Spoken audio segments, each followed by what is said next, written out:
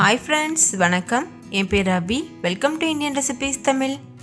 நம்ம இன்னைக்கு இஃப்தார் ஸ்பெஷலாக சூப்பரான ஒரு ட்ரிங்க் ரெசிபி தான் பார்க்க போகிறோம். இது மில்க் சர்பத், ரோஸ் மில்க் சர்பத்துன்னு கூட சொல்லலாம். இது ரொம்ப ஹெல்த்தியான ஒரு ரெசிபி, ரொம்பவே டேஸ்ட்டாக இருக்கும்.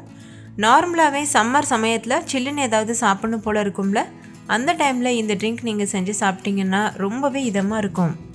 முக்கியமாக இஃப்தார் ஸ்பெஷல் ரெசிபிஸ் அப்லோட் பண்ண சொல்லி நிறைய ஃப்ரெண்ட்ஸ் கேட்டிருந்தீங்க. உங்களுக்காகவே இந்த ஸ்பெஷலான ரெசிபி உங்கள் எல்லாருக்கும் இந்த டேஸ்ட் ரொம்ப பிடிக்கும்.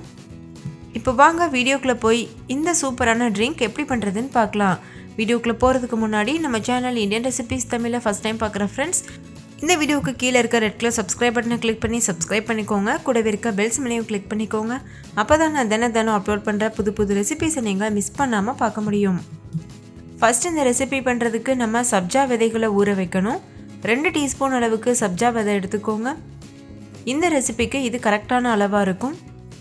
சப்ஜா விதையும் சியா சீட்ஸும் வேறு. சப்ஜா விதை நல்லா டார்க் கலரில் இருக்கும் பாருங்கள், இந்த மாதிரி. இது உங்களுக்கு அக்கம் பக்கத்து கடைகளில் கிடைக்கலன்னா வீடியோக்கு கீழே இருக்க டிஸ்கிரிப்ஷன் பாக்ஸில் லிங்க் இருக்குது, நீங்கள் ஆன்லைனில் கூட இதை வாங்கிக்கலாம்.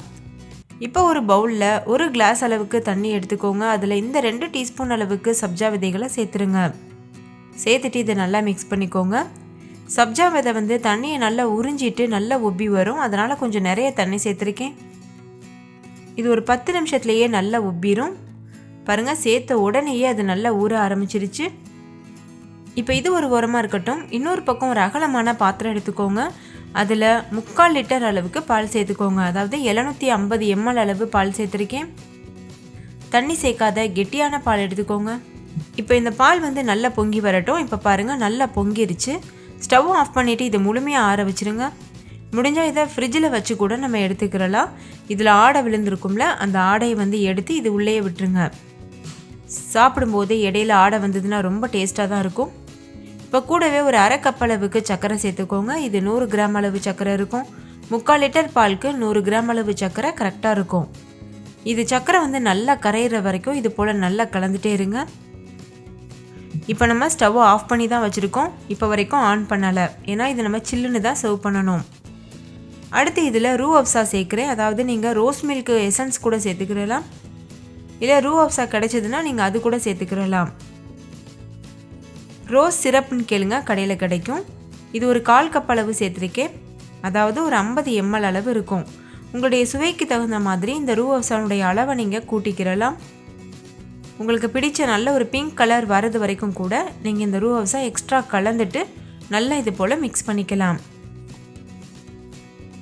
நல்லா இதை கலந்ததுக்கப்புறமா இந்த அளவுக்கு நல்ல ஒரு டார்க் பிங்க் கலர் நம்மளுக்கு கிடைக்கும். இந்த டைமில் நம்ம ஊற வச்சுருக்க சப்ஜா விதைகள் இருக்குல்ல, அதிலிருந்து கொஞ்சம் விதைகள் மட்டும் சேர்த்துக்கோங்க. நம்ம சர்வ் பண்ணும்போது சேர்க்கணும். எப்போ நீங்கள் சர்வ் பண்ண போகிறீங்களோ அந்த டைமில் சேர்க்கணும். நீங்கள் முதலையே சேர்த்துட்டு அப்படியே வச்சிட்டிங்கன்னா சப்ஜா விதைகள் அடியில் தங்கிரும்.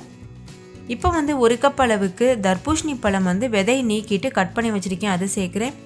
கூடவே ஒரு 10 பாதாமை நுணுக்கி வச்சுருக்கேன், அதையும் சேர்த்துருக்கேன். இப்போ இதில் பிஸ்தா சேர்த்துக்கிறலாம். ஒரு 4-5 பிஸ்தாவை சின்னதாக கட் பண்ணிவிட்டு சேர்த்துக்கோங்க. நட்ஸ் எல்லாமே ஆப்ஷனல், உங்களுக்கு விருப்பம் இருந்ததுன்னா சேர்த்துக்கோங்க. இது சேர்த்து நம்ம செஞ்சோன்னா நம்ம இது குடிக்கும் போது வாயில் கடிப்படும், அப்போ ரொம்பவே சுவையாக இருக்கும், அதுக்காக சேர்த்துருக்கேன். இப்போ இதில் ஐஸ் கட்டி தேவையான அளவு சேர்த்துட்டு ஒரு கிளாஸ் அளவுக்கு மட்டும் ஐஸ் வாட்டரும் சேர்த்துக்கோங்க. சேர்த்துட்டு இது நல்லா மிக்ஸ் பண்ணிடுங்க. இப்போ இது சர்வ் பண்ணுறதுக்கு கரெக்டாக இருக்குது. நீங்கள் இதை இப்படியே சர்வ் பண்ணலாம், நல்ல சில்லுன்னு சூப்பராக இருக்கும். இன்னும் நல்லா சில்லுன்னு வேணும்னா நீங்கள் ஃப்ரிட்ஜில் வச்சுருந்துட்டு கூட சர்வ் பண்ணலாம். அவ்வளோதான் ஃப்ரெண்ட்ஸ், நம்மளோட டேஸ்டியான ரோஸ் மில்க் சர்பத் சூப்பராக தயாராகிருச்சு. நீங்களே பார்த்தீங்கல்ல இந்த ரெசிபி எவ்வளோ ஈஸியான ஒரு ரெசிபி. டேஸ்ட் நீங்கள் சாப்பிட்டு பார்த்தீங்கன்னா உங்களுக்கு இது ரொம்ப பிடிக்கும், அவ்வளோ டேஸ்ட்டாக இருக்கும். ஸோ கட்டாயம் ட்ரை பண்ணி பாருங்கள். இந்த சம்மருக்கு நல்ல ஒரு இதமான ரெசிபியாக இருக்கும். ட்ரை பண்ணிவிட்டு உங்கள் எக்ஸ்பீரியன்ஸ் எப்படி இருந்ததுன்னு கமெண்ட்லேயும் கூட ஷேர் பண்ண மறந்துடாதீங்க. இந்த வீடியோ எல்லாருக்கும் ரொம்ப பிடிச்சிருக்கும்னு நம்புகிறேன். பிடிச்சிருந்தால் லைக் பண்ணுங்கள், உங்கள் ஃப்ரெண்ட்ஸ் கூட நிறைய ஷேர் பண்ணுங்கள். ஸோ அவங்களும் பார்த்து பயன்பெறட்டும். இன்னொரு சூப்பரான ரெசிபியோடு நான் உங்களை சந்திக்கிறேன். அதுக்கு முன்னாடி நம்ம சேனல் இந்தியன் ரெசிபீஸ் தமிழை சப்ஸ்கிரைப் பண்ணிக்கோங்க. கூடவே இருக்க பெல் சிம்பலையும் கிளிக் பண்ணுங்கள். தேங்க்யூ, பாய்.